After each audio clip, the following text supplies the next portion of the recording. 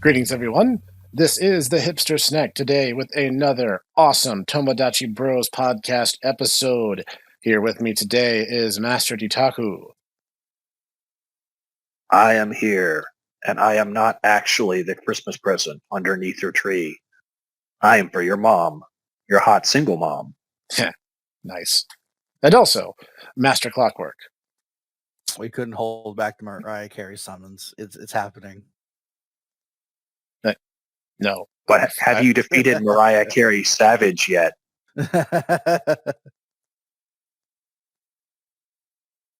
Well, Clockwork, have you? I've tried. I can't get past the. Oh, this is where my improv skills take a dive. Unfortunately. Bro, all you had to say is you couldn't get past the chorus, and you would have nailed that landing. Just if you can't make it, just fake it, which is an interesting thing to even say because that's kind of what we're talking about today. We're going to talk about an entire medium that has lost the capacity to make anything good. The totality Which is really sad.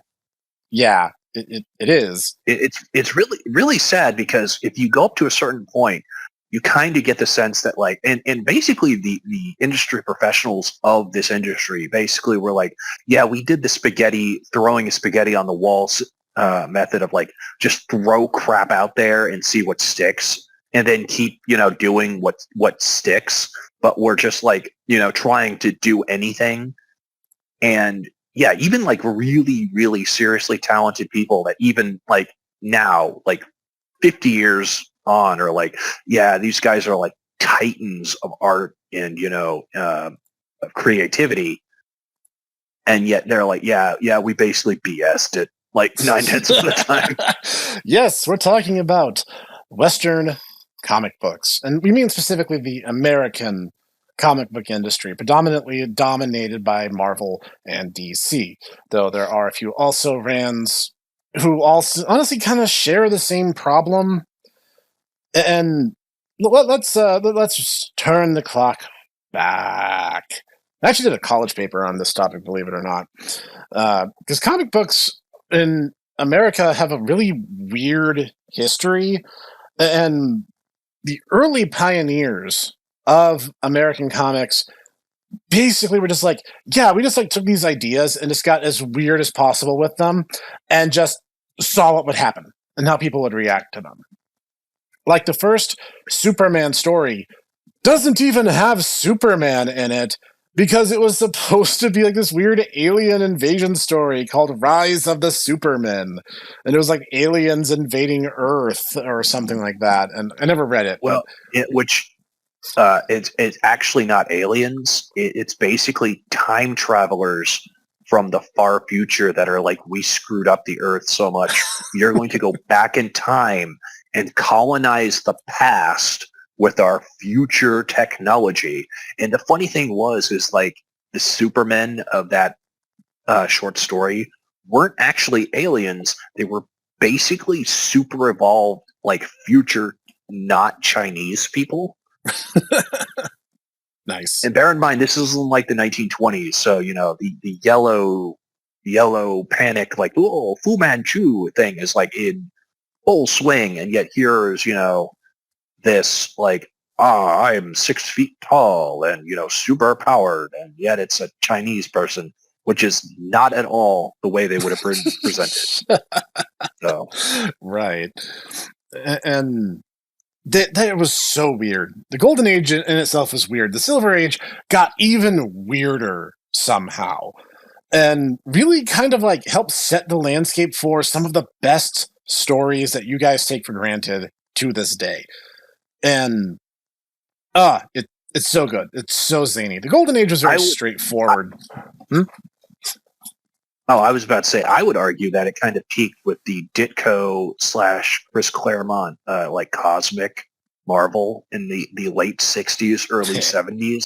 Yeah. When basically like, or not Ditko, Kirby, Jack Kirby, Chris Claremont, right. Cosmic stuff of like Silver Surfer, Adam Warlock, like a lot of the Mighty Thor when he started out, and basically just, or Doctor Strange, just stuff gets really, really, really like trippy and weird, and they're like, "Oh, I must go now to the space dimension," and it's just him like traveling, and there's all these like weird colors, and they're like, "Well, I guess the edibles are kicking in now, and now we're going to fight against Shumagorath." Oh yeah, by the way, that this is when Shumagorath actually was a thing, and the funny thing is that Shumagorath has actually had more appearances in the Versus fighting games than she ever has in the comics. She's shown up like twice. Yeah. So yeah. Yeah, and like I mean a lot of the Golden Age was basically World War II propaganda. But when not getting into the political side of things, when you need some kind of hope, storytelling is usually where you'll find it first. So, like, a lot of these guys, Captain America, Superman, all came under that banner. The Silver Age is where they definitely got a lot more creative. That's where you see The Flash. It's where you see Spider-Man. It's where you see, like Yutaka was talking about, crazy space operas where anything and everything was possible. And then a thing happened. And you know how if you roll a tiny snowball down a snowy cliffside, the longer it rolls, the harder it becomes to stop because it starts gaining mass? That's kind of what happened as we went into the Bronze Age. And you got to see this uprise of, no, guys, we're going to make this dark and super, super, super serial. And we're going to take all these stories and it's like suddenly it's super dark and it has to be like kind of realistic. And I'm just like, but why? Why though? That's my biggest question. Actually, I have a more specific. I have a very specific point that I'm like, this happened in. Yeah, and I honestly, okay, basically 2 stories, well, maybe 3, where the like nadir for this turn towards like, everything needs to be dark and melancholic and depressing and hyper violent and hypersexual. Yep. And it was Watchmen, The Dark Knight Returns, and The Killing Joke. And wouldn't you know it, 2 out of 3 of those have a certain Treebeard-looking British weirdo wizard hippie involved with them. And I'm not going to apologize because that's exactly what Alan Moore is. And on top of that, I'm also going to add he is a total hack. He is not a good writer, and pretty much everything he's involved with is overrated / kind of weird and gross. And I'm not even talking in like oh man, that's a heckin' wholesome yikes for me, bro. Like Lost Girls is legitimately grody. And I can't be the only one to think this.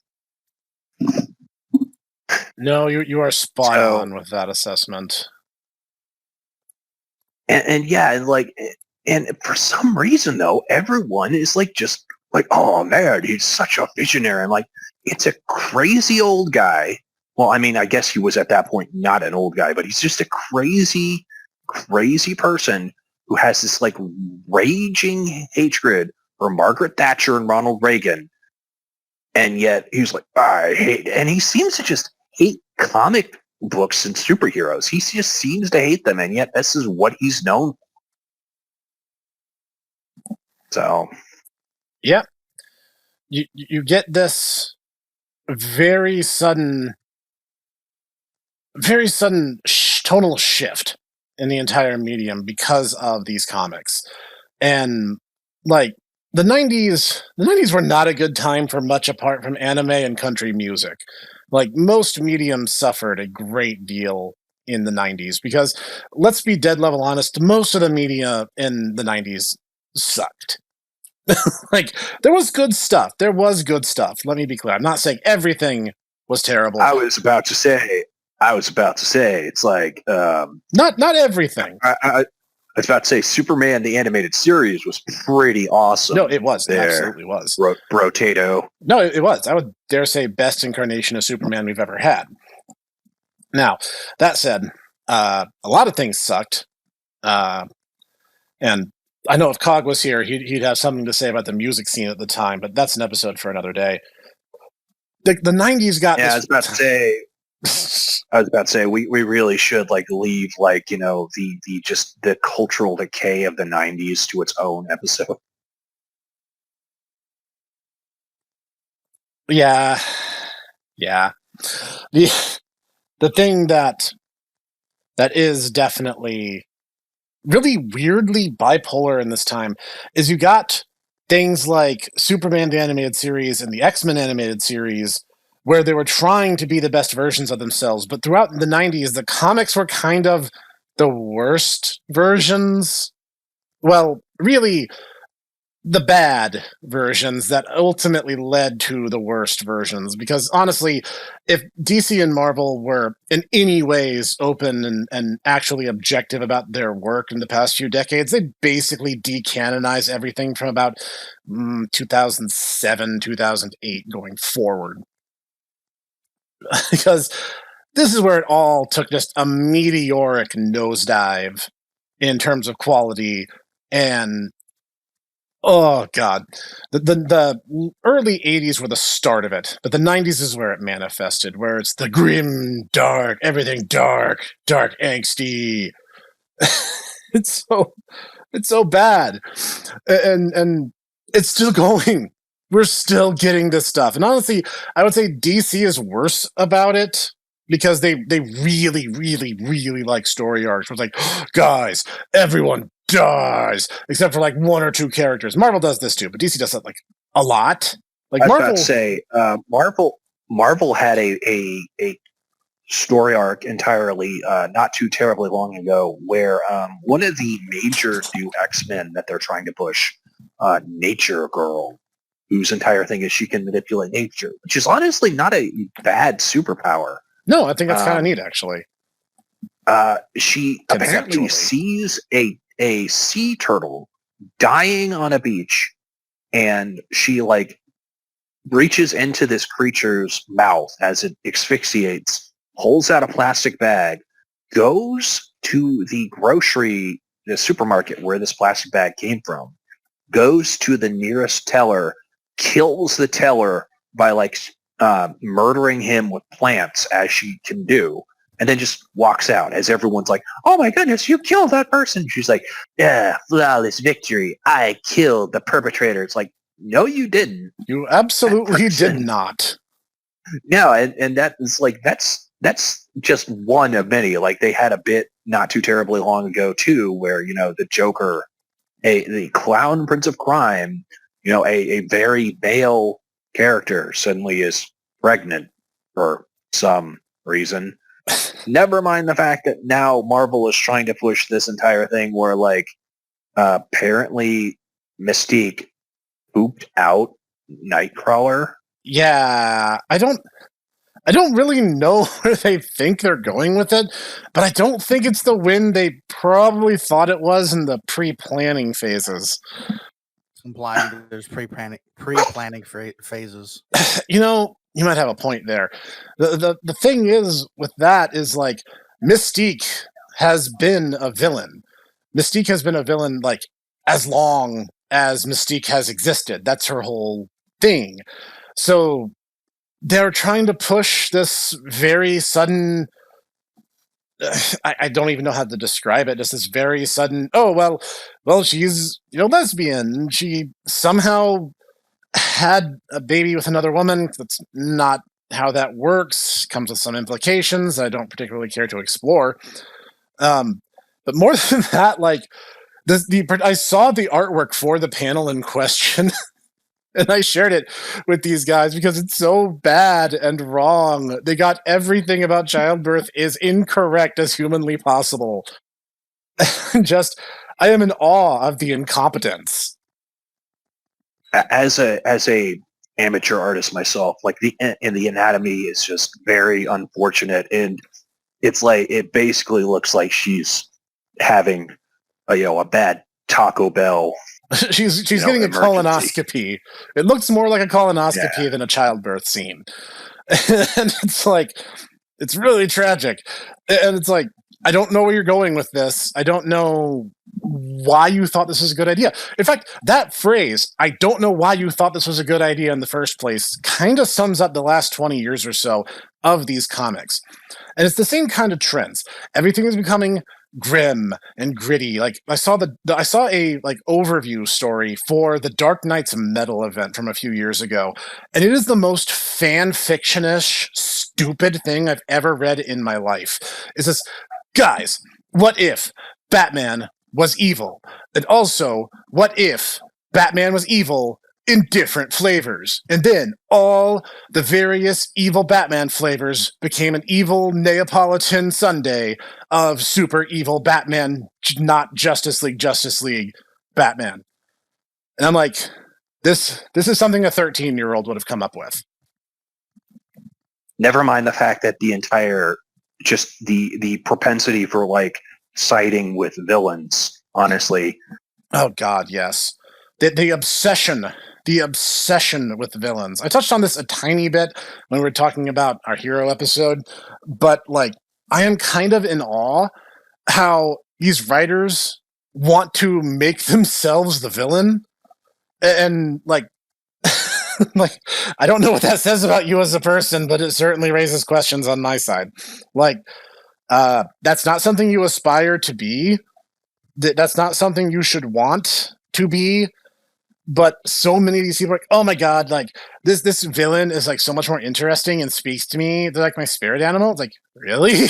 That's an interesting take, I have to say. Because that's not the point. Now, don't get me wrong, a villain can certainly be interesting. In fact, there's an argument to be made that a villain whose motivation is superior to the hero's is indeed a very interesting, conundrum for the hero to grapple with. But that's almost never what ends up happening in these comics.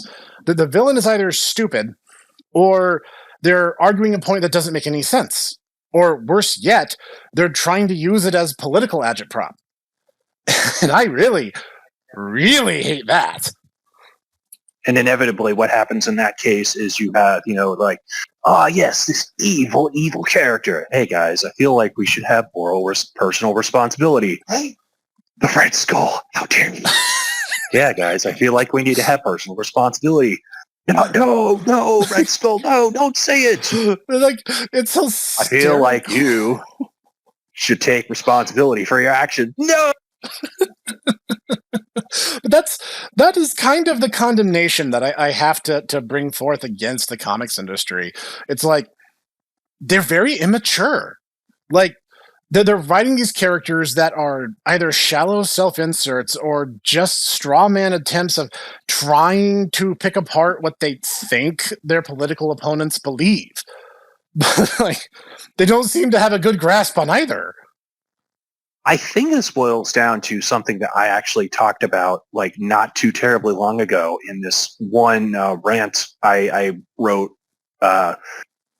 basically about metatextuality, whereupon I concluded ultimately that the entire reason why people turn to postmodernism and metatextuality and the entire like genre conventions is because ultimately basically people write what they know. Right. And a lot of these writers, especially in entertainment now, are basically younger than we are. And here's the thing. We're not terribly old ourselves, despite the fact that the professor here likes to joke about, I went to school in my Ankylosaurus and, there was Dutaku with his Triceratops and, we would race dinosaurs. We're not that old. We just feel that way because the internet basically speeds time up 100 times. Yeah. But here's the thing. We honestly have not had that much life experience.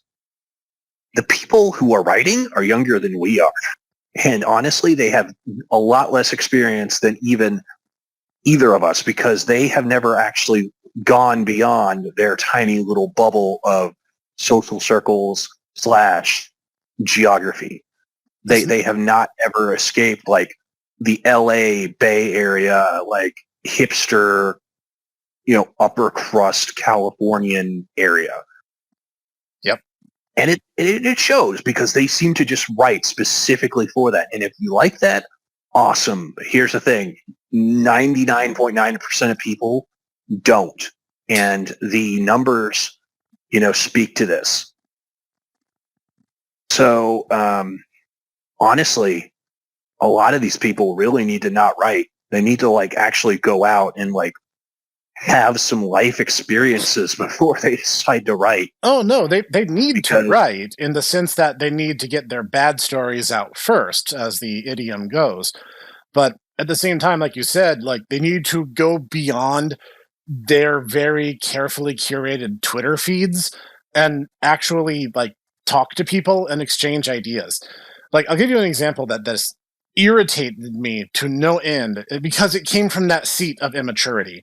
There was a comic not too long ago of She-Hulk where basically too long didn't read because nobody read it because She-Hulk has not been good in a while. There was this dude who I believe he like assaulted his girlfriend and was currently on trial. And She-Hulk was supposed to be delivering him to like I think the courthouse or something. And instead, she goes to this like hidden back alleyway where the girlfriend is there with like a spiked baseball bat. It was just like, oh yeah, you can just like beat the tar out of him and get your primitive catharsis that way. And I'm just going to like accept this and allow it to happen, even though I'm a fully licensed and barred attorney. Yeah, that's how you get unbarred for starters. Fear and Loathing in Las Vegas got a man unbarred. You think that like literally setting someone up, deceiving them, and allowing them to be brutally assaulted with possible intention to kill wouldn't? Because it would. Mm-hmm. It was like shocking to me because like that is not She-Hulk's character. Certainly not the way that Stan Lee envisioned her when the first comics were being written. I was about to say, Sensational She-Hulk is actually one of the few times I feel like that did the entire fourth wall breaking, quote unquote genre conventions thing actually well. I mean, but then again, once again, as I really need to actually sit down and just finish that. Basically, I have it all written out. I just need to actually sit down and make the video or whatever.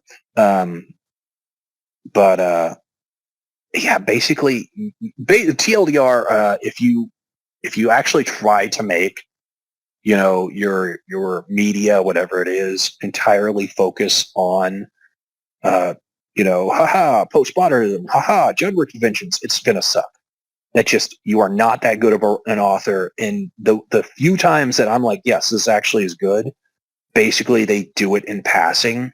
And that's it. They don't make it the focal point. They don't try and, be like, I'm doing a commentary because I'm that smart. It's like, no, you're not.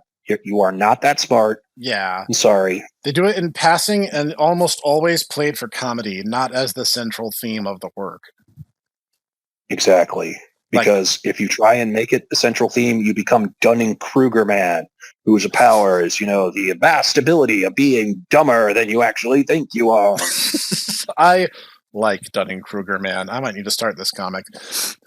To say nothing of the fact that, like, Sensational She-Hulk, as written by Stan Lee, was definitely meant to be very lighthearted. Hulk, as a whole, was supposed to be a tragedy about this guy who can't control when his anger takes over. So She-Hulk was more of a playful, lighthearted, she thinks she's ugly, even though, like, everyone around her thinks she's incredibly attractive, even though, I was about to say, it's very, very tongue-in-cheek. It is, and like she's jumping across Hostess cupcake ads in order to catch up to the villain who was several city blocks ahead of her.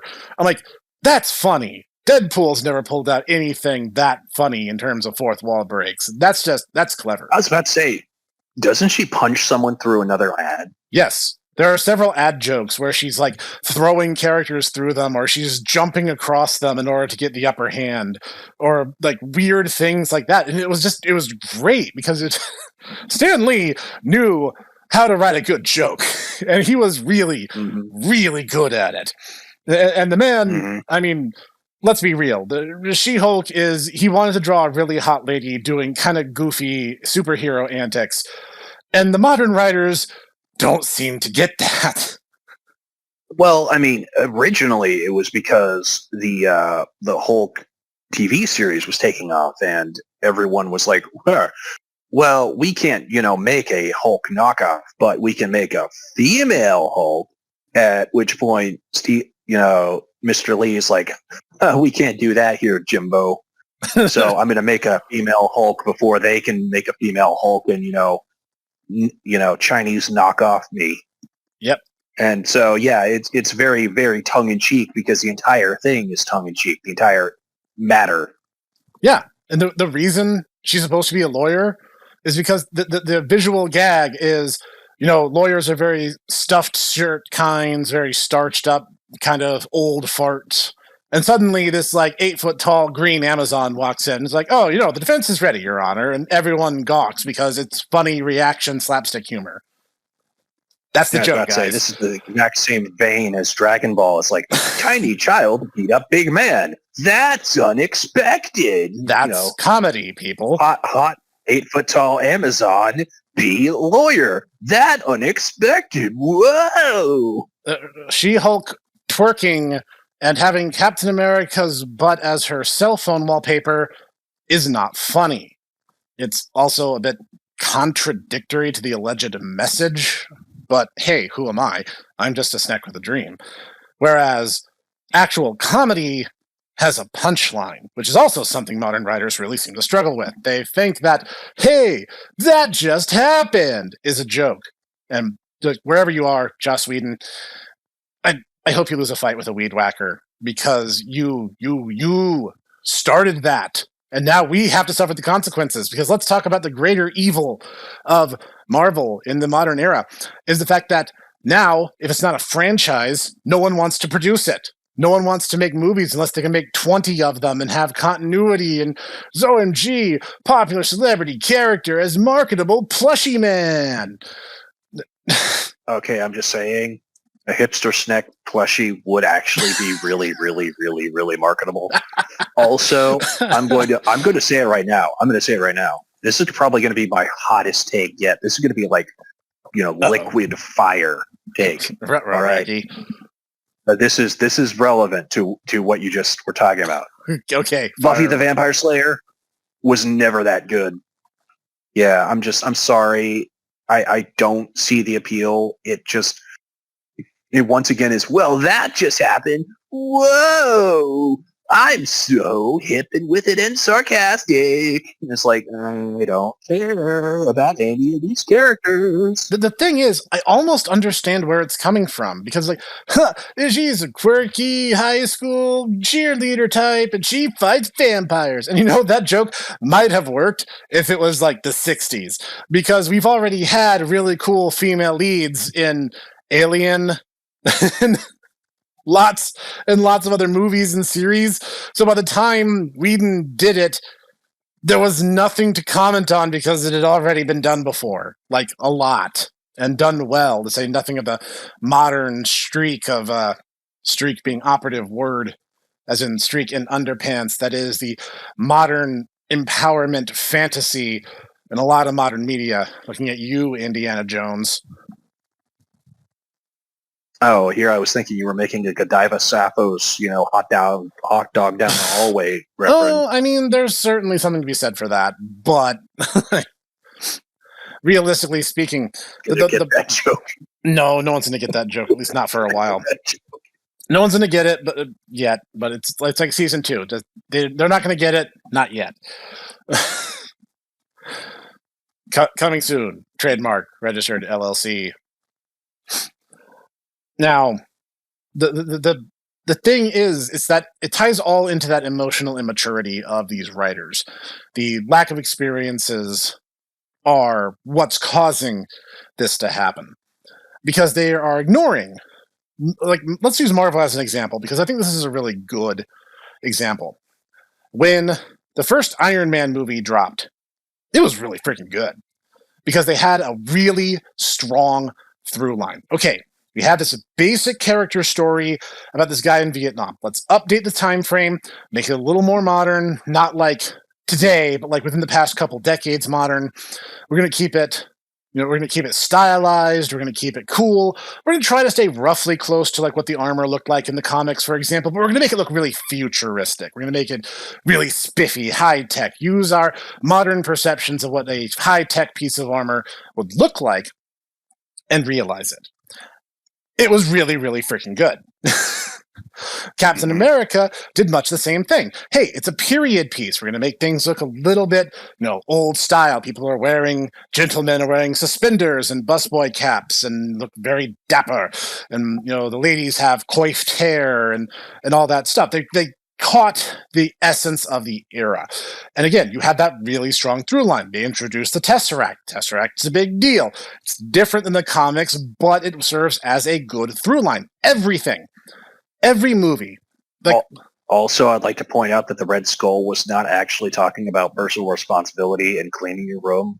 No, he was not. But actually was like a supervillain. Yeah, he was an actual legit supervillain who did super bad supervillain things because he was so extreme, the Nazis were like, dude, turn it down a little bit. That's how evil this man was supposed to be. I'm going to destroy them. I'm going to destroy all my villains. But Berlin is part of your list of villains. Yeah, so why don't you come over here? I don't like where this is going. Oh, but I do. Yeah, and like even the Marvel movies that weren't that good. The 2 Hulk films, not amazing. But you know what? They weren't like awful. I wouldn't say they were like, ugh, no, that ruined my life. No, it was just like, that could have been better. They had a through line. There was a plan. There was very clearly a plan. It was all going somewhere. I was going to say the Ed Norton Incredible Hulk is not as bad as people think it was. That was saw the it in second theaters. one, right?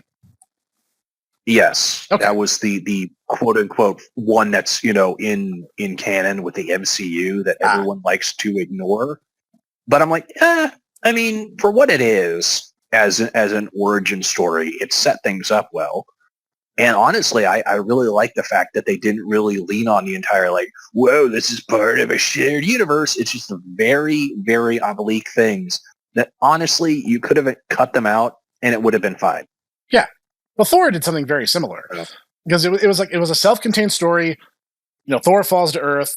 Here's the stuff. You get to see Hawkeye for like 15 seconds. They're like, okay, here's the brick going into the air. There's a plan. Don't worry, we'll get back to it.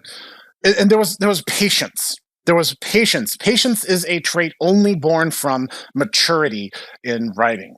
The immature want to rush things. That's why you get movies like the movies we got post-Infinity War and Endgame. That's why Doctor Strange 2 sucked. Because they had a villain that easily could have held her own arc of movies, set up, established, and killed off all in one flick. Professor, I'm sorry. Are you saying that America Chavez is a villain? That's not very PC of you. Oh, there's going to be some chafing in the comments from that one. No, that was good. That was good, Master Dutaku. Thank you. Honestly, America Chavez is much like Kamala Khan. Like, I don't understand why people like her because she's just not very interesting, ? Which is a shame because like I want to say that Kamala Khan, like the actress that they got for her in the MCU is actually really good. I think her presentation of the character is really good, but like the character herself is like not very interesting. Yeah, and that's kind of a recurring issue is they try to make these characters who are just they're tick boxes. They are the Twitter bio of characters. Because it doesn't actually tell you anything profound or meaningful. It's just, look, this person is very politically correct and has correct opinion trademark. And we're going to keep rebooting this character until you finally care about her. Which is why, spoiler alert, they killed Kamala Khan in a Spider-Man comic, knowing full well no one would read hers. Because they didn't in any of the 50 relaunch attempts. Because, as Yu Taku said, there's just nothing happening with her character.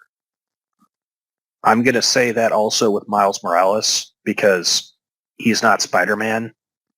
No. And it's kind of insulting to Spider-Man to just be like, oh yeah, I'm Spider-Man too. It's like, okay, but why are you Spider-Man though? Just because you have spider powers?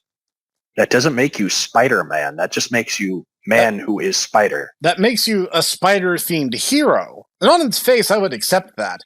But the people who got really bent out of shape about Ben Reilly calling himself Spider-Man kind of went mute on that particular topic.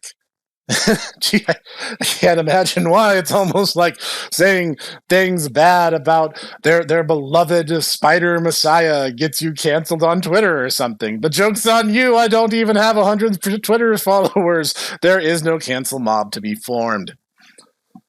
All right, Professor. Why don't you just say it right now? Who's your favorite Spider-Man? Miguel O'Hara. Why? Because, okay, let me tell you a little tale of a man who lived in a future that sucked. Because in 1999, Marvel was like, hey, we have this neat idea. Let's talk about future superheroes who take their inspirations from heroes 100 years in the past. Because, all the old heroes would be dead, and then we'd have this new generation, and they could, be like new interpretations of these characters. And this, at the time, this was relatively novel. There was not this ginormous, infinitely sprawling Marvel multiverse thing. We've already talked about multiverses in another episode. Go check that out.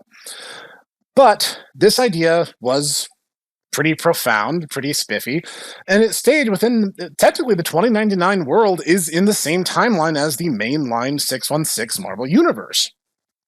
So, enter Miguel O'Hara, a man who was actually the first minority Spider-Man because he was half Mexican and half Irish, I believe. And he has a life where he basically worked at a big-time AAA megacorp, Alchemex. And Alchemex does, like, freaking everything. They're huge. And they're largely huge because they don't really have these little bothersome things called morals or ethics or qualms about silencing people they don't like. So Miguel, largely none the wiser because, again, megacorps run a really tight PR ship, stumbles upon a lot of Alchemex's secrets. And he's like, holy crap, I'm working for the bad guy. This is really way, way, way worse than I could have imagined. Well, long story short, he ends up gaining spider powers in his own right. They're not actually radiation themed. That's actually important for one of these Spider-Man games where he ends up fighting Anti-Venom, but that's neither here nor there. Miguel O'Hara then goes, you know what? There was this guy 100 years ago, and he had this whole thing about power and responsibility. Again, this is the theme of mature writers, because immature writers don't understand. So he's like, you know what? Maybe this guy was onto something. Maybe this Peter Parker fella was a kind of a sharp guy. So you know what? I'm gonna do it too. I'm going to take up the mantle in honor of this man, and I will become the new Spider-Man, both working from Alchemex as Miguel O'Hara in daylight hours and trying to undermine them from within, and as Spider-Man overtly fighting them from the outside whenever I have the chance. This is a man who life-handed, like, everything. You think Peter Parker has it rough.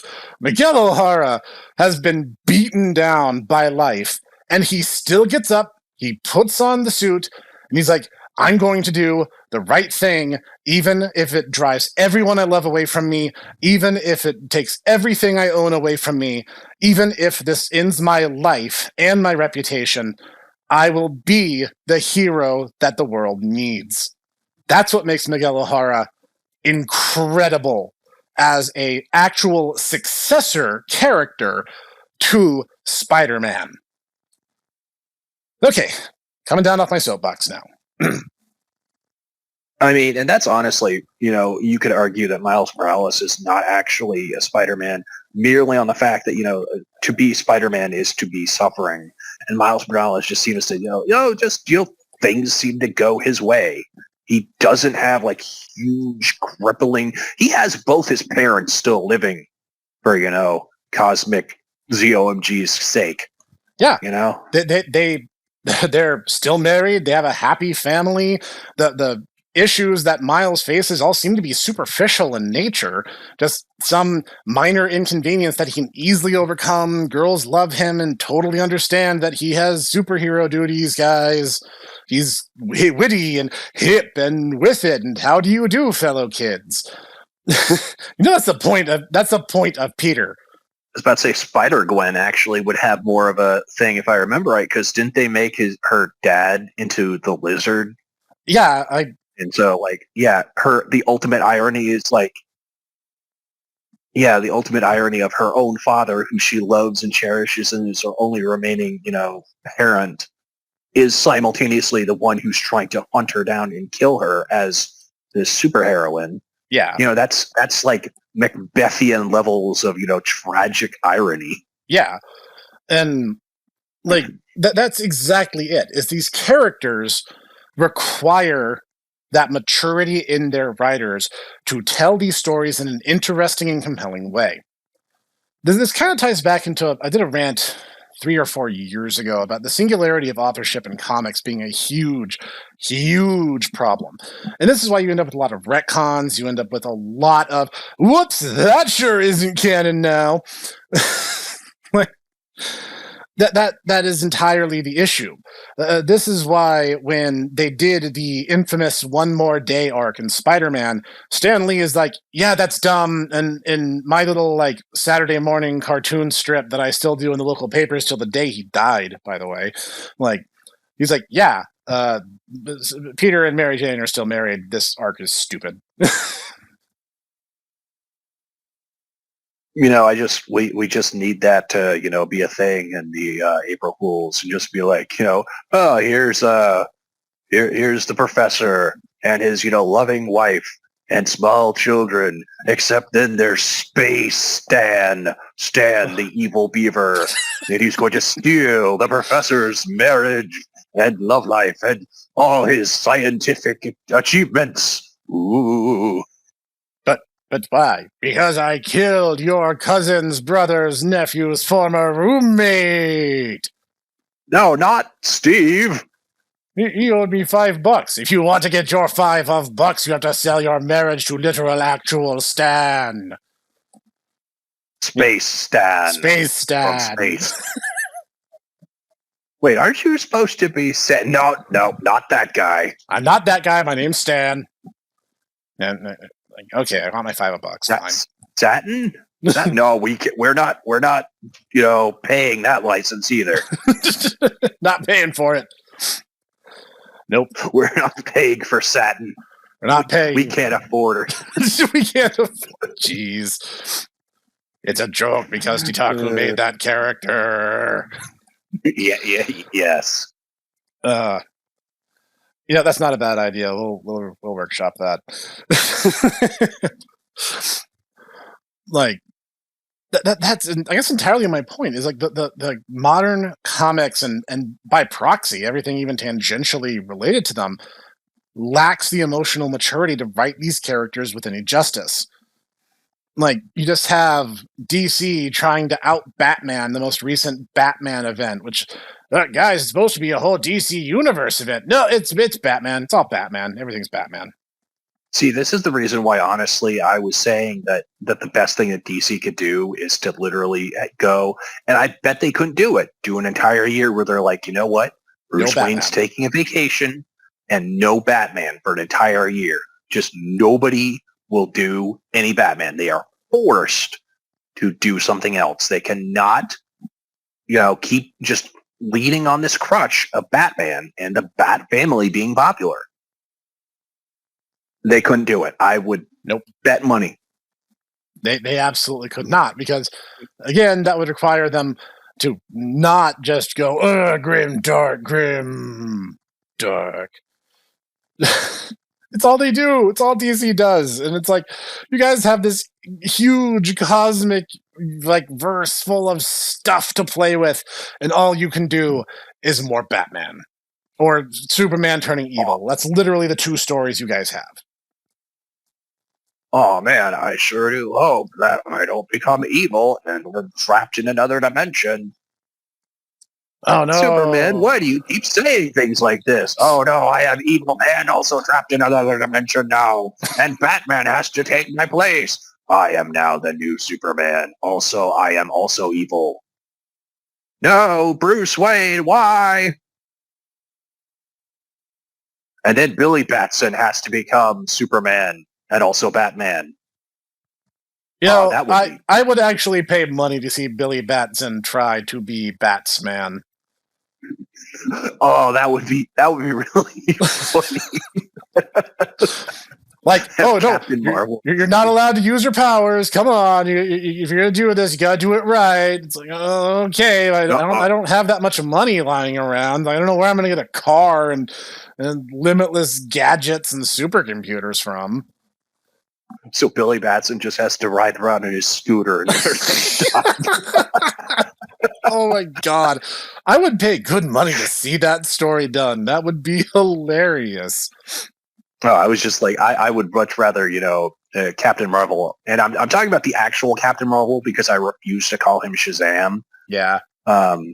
Like actually being like having to, try and make his voice all grim and gruff and be like, oh, I'm Batman, guys. Are you putting on a voice? No. Yes. Am I threatening? A little, but more because you're like a 7-foot tall dude. Batman. So all he can think to do is just say Batman in a really grimacing voice. Okay, you know what? Here's an olive branch, DC. Batman. You a Pokemon? Batman. That is way funnier than it ought to be. I'm either really tired or that's just really funny.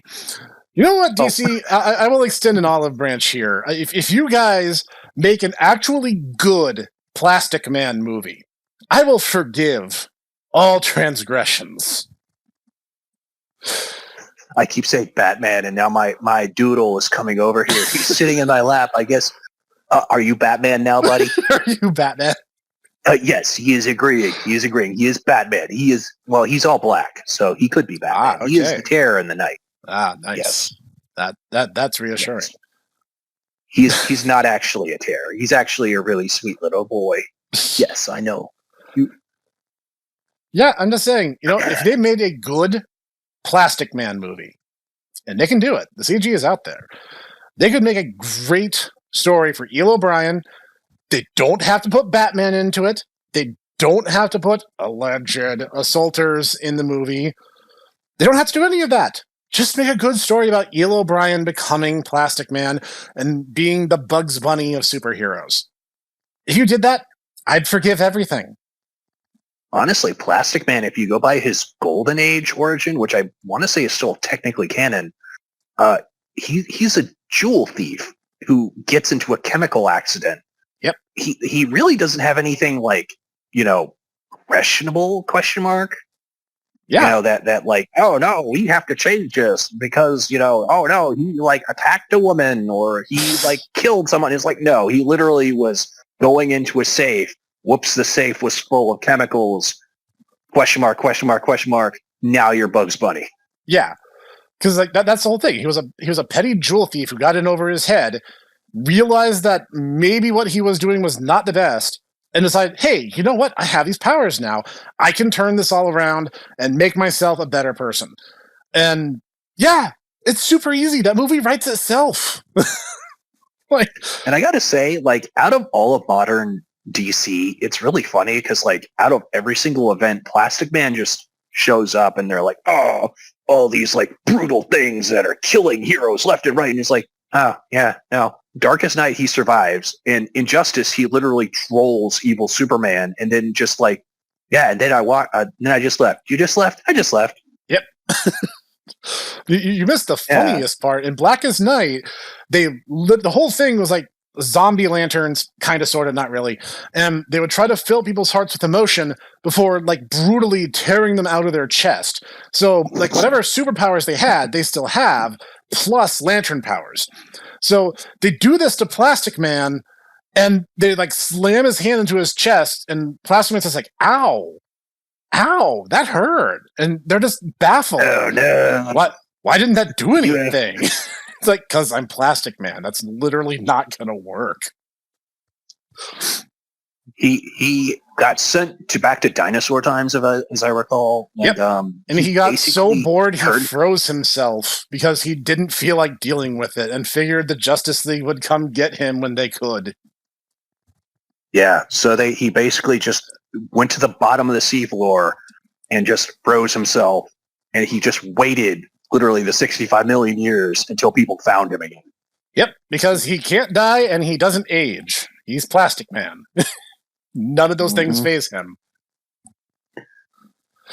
I don't remember what story it was, but I want to say there was. I remember checking out in a library. Remember libraries there, Professor? Yeah. Remember the library? I remember.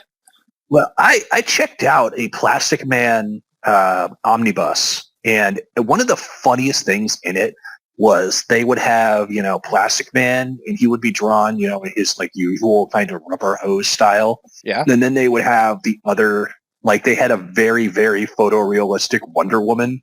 And they had this very, very, very dour, very, very like shadow across his face Batman. And it's funny because every single time Batman showed up, he would have just endless yellow boxes of just him, like his inner monologue of like, oh, this reminds me of my parents and why I can't ever have nice things. And they're like, Bruce. It's like, oh, don't worry. He's going to be like this for a while.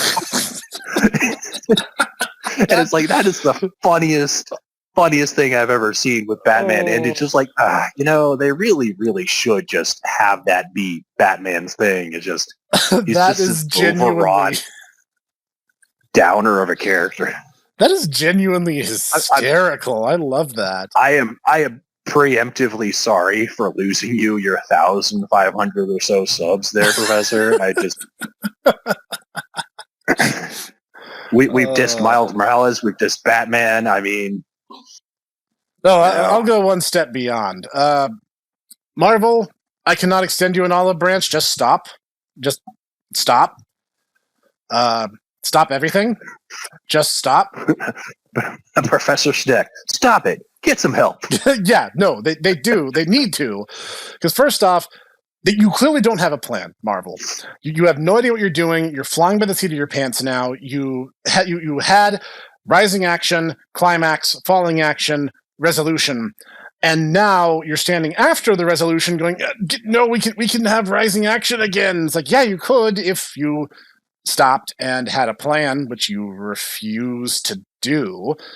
And everyone hates working with you. None of your actors enjoy this anymore. None of the guys who actually had talent want any part of it. And you're just randomly throwing characters from your Z list at the wall, trying to desperately keep this, this whale corpse afloat, knowing full well there's no way you can.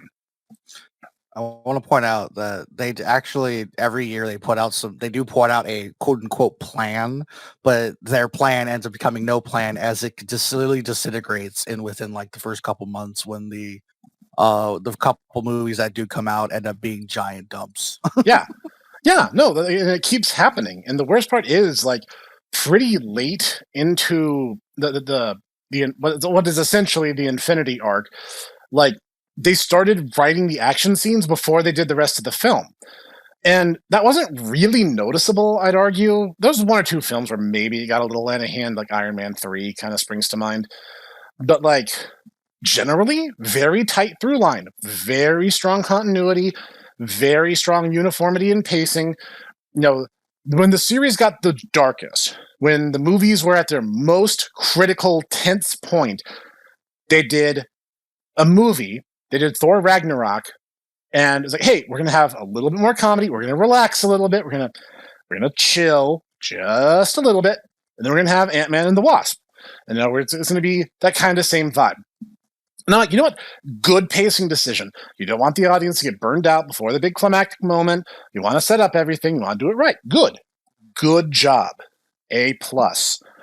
Now they then move the story forward. Endgame happens. Endgame being really, really freaking good.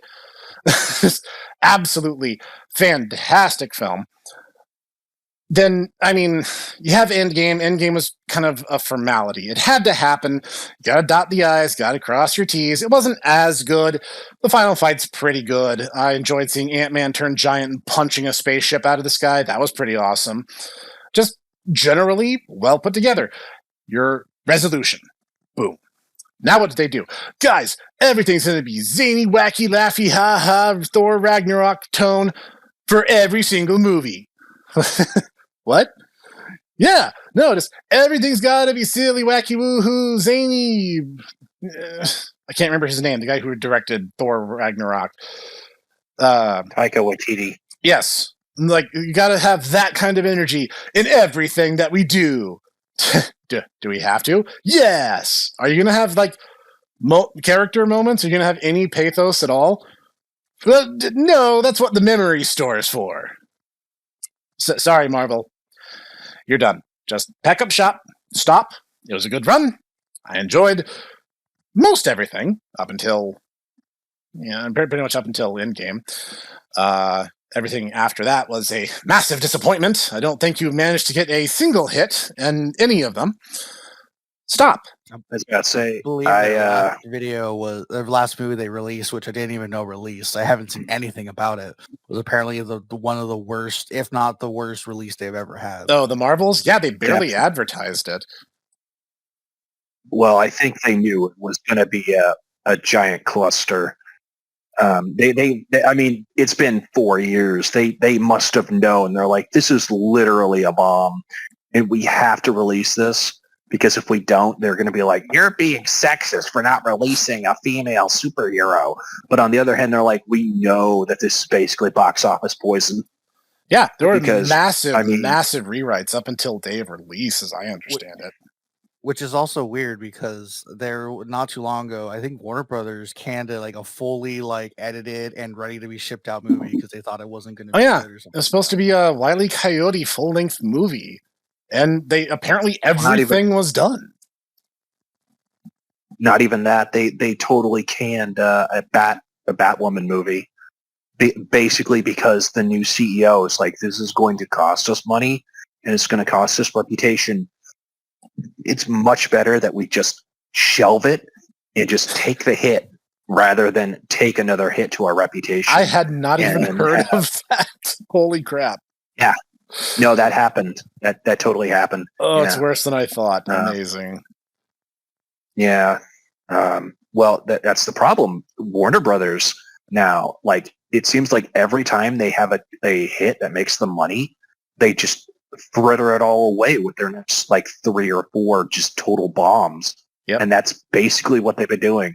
Like, every Joker they have that makes them, like, billions of dollars. Then they're like, well, now we're going to do Suicide Squad. Suicide Squad again. Suicide Squad in anime. And then they're like, but why? Why are people why are they trying to astroturf the Suicide Squad? They're not an interesting set of characters. Is it because of Harley Quinn? It's almost because of Harley Quinn. Because of Harley Quinn, yes. She's not even that interesting, guys. She's not even that hot, really. No, she really isn't.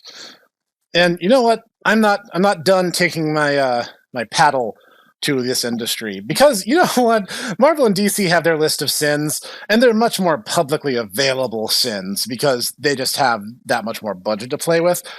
A lot of you other third-party companies are not free of this. Like a lot of you guys, like Dark Horse, IDW, a lot of y'all, you do the same things, and you're getting dumber by the day. And I know a lot of that is because the comic industry is really, really cross-pollinated with the same pool of quote-unquote talent. You guys need to stop. The reason manga is destroying you guys is because in the manga industry, if you don't tell good stories and don't sell books, your books do not get carried and you go hungry. And I think the American comics industry could learn a lot from that. Well, see, the thing is if you don't do well, then you don't even get books. Because here's the thing, like for every series, people complain, in the comics industry now about like, there's so much, attention played to manga. It's like, here's the thing. You actually like look at the actual like weekly Shonen Jump. There are many, many different series that only are around for like 20 chapters or so, and they never actually get the actual volume releases. Yep. Like for every like One Piece or JoJo's Bizarre Adventure, there are all sorts of different different series that just get, canned before they can even, get to the point where they would have a volume release. And I mean, that's why you get things like Gunblaze West and Zombie Powder, where it's like it's only like 15 chapters long, and they're like, man, this could have been a really cool series, but it didn't capture the reader's imagination. So that is what it is, I guess. A lot of now famous and popular manga authors usually had a couple duds on their resume before they got their big hit. And, it's a lesson in persistence. I was about to say, speaking of Zombie Powder and Gunblaze West, Who did them? those are both. Zombie Powder was Tite Kubo, and Gunblaze West was the guy who did, I want to say his name is Ryusuke Wadashiro, the guy who did Rurouni Kenshin. Oh, okay. I was not familiar with those. Yep. Very cool. Yep. Yeah. No, they're both good series. They're both good series. You could see kind of the DNA, especially in Zombie Powder, for kind of what he would do. And that, it's like, it basically is like, hey, we're a bunch of cool looking dudes. Yeah, let's have a fight now. Cool looking aesthetic fight. There's not a whole lot of thought put into our powers. No, but that's not what people are here for. Cool looking fight. And I think that kind of system, well, it can be unfair. There's probably a lot of gems that fall through the cracks, certainly. But I think that kind of system would do wonders in the American comics industry. I'm sorry, guys, but if you fail, you fail. And you learn from that failure. And honestly, that kind of failure can teach you the most important lessons in your artistic career. That kind of feedback is important, and plugging your ears and blocking people on Twitter is not going to help you improve. Yep, pretty much. Honestly, I mean, that's kind of a thing for a long time. A long, long time. Professor liked to make fun of me because I would watch YouTube videos that drove me up a wall. But at the same time, I'm like, at the same time, as much as I enjoy, getting mad, I also want to hear people's opinions of things that I disagree with. Because I feel like, I ought to expand my horizons. And also on a certain level, I do enjoy getting mad. So you got me there, Professor. I mean, you got me there. I think a lot of people have that. I don't think that's just a you thing or anything. So... Yeah, here's the thing. People love these characters. And the reason they get passionate about it is because they love these characters. And they want to see the stories that these characters are in be good and do well. It's frustrating for a fan of a franchise to see it do poorly. I'm a Monster Rancher fan, source. Like, what we're really saying is you can save this. You can turn this entire coach around and start heading in a good direction. But balls honestly, in your court.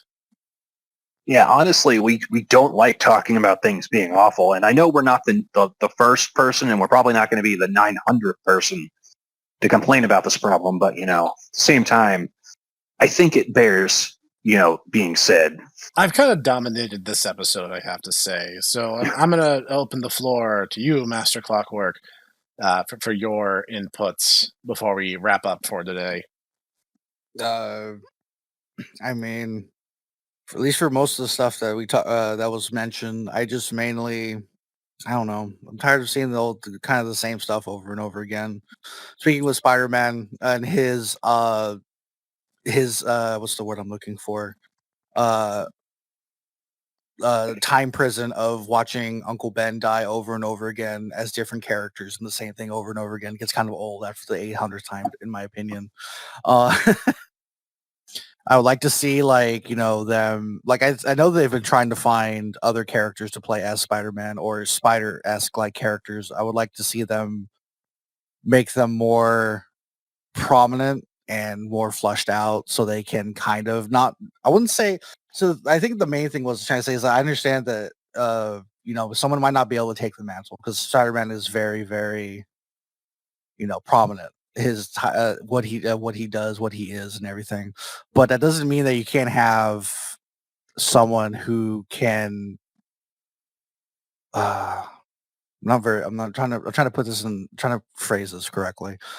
As I want someone to be able to be like his, like an understudy of some sort, like he's has characters try to be, and then try to work their way up, but not like try to overshadow and try to take over necessarily. Does that make sense? Yeah. No, I'm with you. So that way, so that way you can get other stories from other characters, but still have the same premise in a sense, and not have the same story.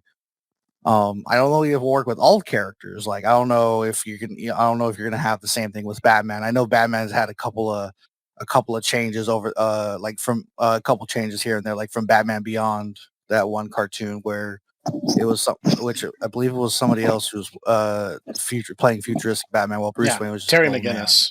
Yeah, and they made Batman good by making Batman into Spider-Man. But that's kind of my 2 cents into it. Really, is just like, I think moral burnout is real.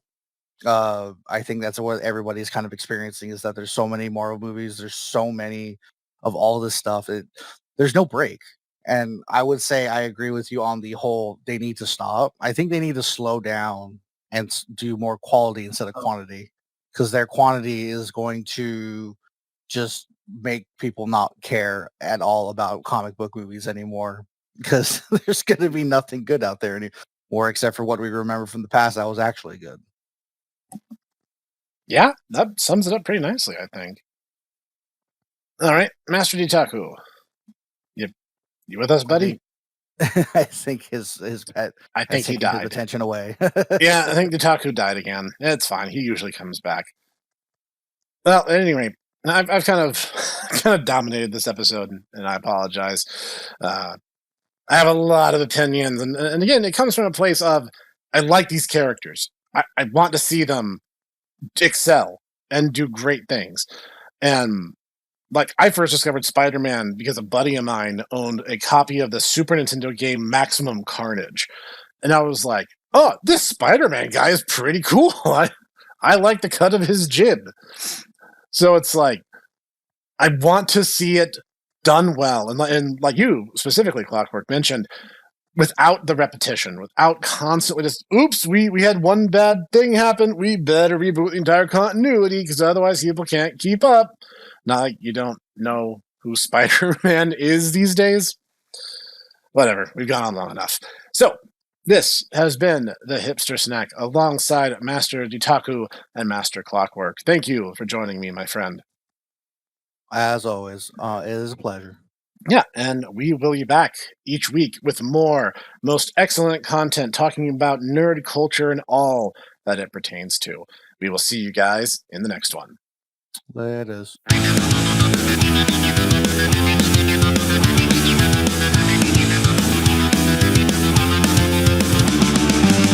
Thank you for listening to the Tomodachi Brothers Review Podcast, produced and recorded by the Hipster Snack, Ditaku, and Cog. Sound design and editing by executive producer Sean Taylor Brown with Cog Sound Engineering. Music written and performed by Sean Taylor Brown with Costas Vaz of Core Insight Studio on the drums. We hope you enjoyed this episode. See you next time.